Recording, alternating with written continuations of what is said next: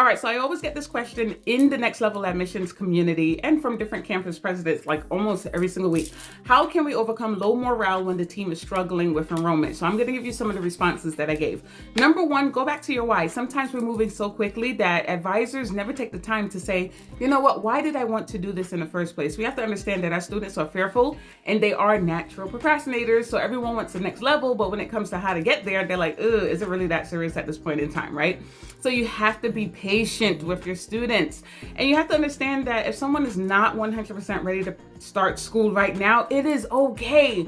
Just play with different messaging that's going to appeal to your potential students. What about the leads from a year ago or even 6 months ago? You know, some of you are lead rich. So what happens is you will call a set of leads for 2 weeks and then all of a sudden they're dead. You're never calling them again, right?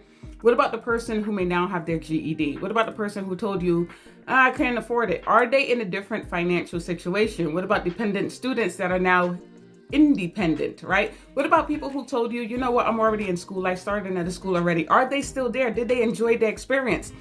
What about foreign diplomas? Are they now translated and evaluated? You can't let these leads die, especially referrals. Some of you get referrals from students. You call them twice and then you never call them again. What about calling your current students? You may have students who have already been enrolled for about a couple modules or semesters.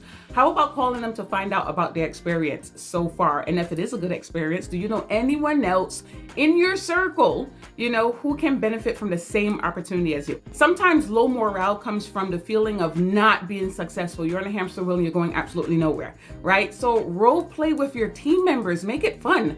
A lot of times when I'm role playing with teams, you'll see tenured advisors go, because they're gaining ideas from people who just started because that's something that they've never tried before. Make it fun, share best practices. And then also think about the weeks that you were successful. What were you doing at that time? How did you feel at that time?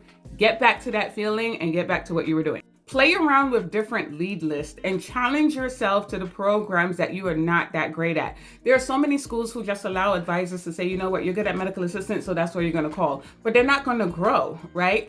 If in fact you have a program that you are not that well versed in explaining, challenge yourself to say, you know what, for the next hour, I am going to just call those type of leads because that's how you're going to stretch yourself and that's how you're going to grow. So a lot of times when you have a team who has low morale, sometimes it's not the leader, right? Sometimes it's the advisors and they have to go back to in here and in here.